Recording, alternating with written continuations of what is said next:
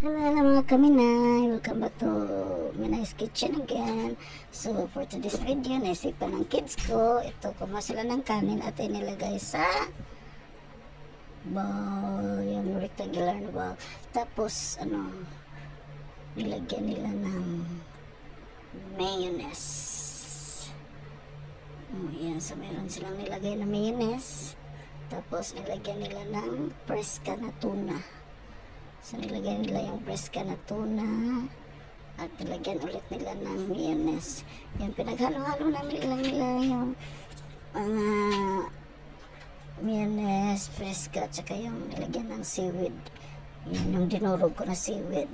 Tapos mix lang sila ng mix. Yan, so yan yung naisipan nila. Tapos na silang kumain ng agahan. Tapos ito na naman yung na pagtripa nila. O yan. So yan. So nilagay nila sa seaweed. So yan, tinulungan ko na rin. Gusto kong tikman. Masarap pala. So yun yung naisip nila. Yung maliliit lang na seaweed. O yan. So sarap na sarap talaga sila.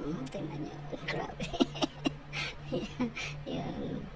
Dahil yan sa kapanonood nila ng TikTok. So yun, may nalay naman pala sila sa kapanonood ng TikTok. Ayan o. So ang trabaho nila, kain lang ng kain. Ayan. Grabe yung ayan. Pagbata talaga. Ay nako. Pero okay lang yan kasi pag may klase na, nako, hindi na yan kakain ng marami. Kunti na lang. So yan o. Sarap na sarap talaga sila.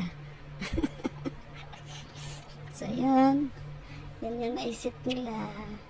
So ako gumawa rin ako ng akin. Ayan. So binalot ko rin.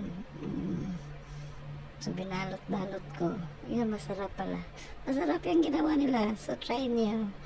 Kaya lang medyo may kamahalan yung seaweed. So that's it. Thank you guys for watching.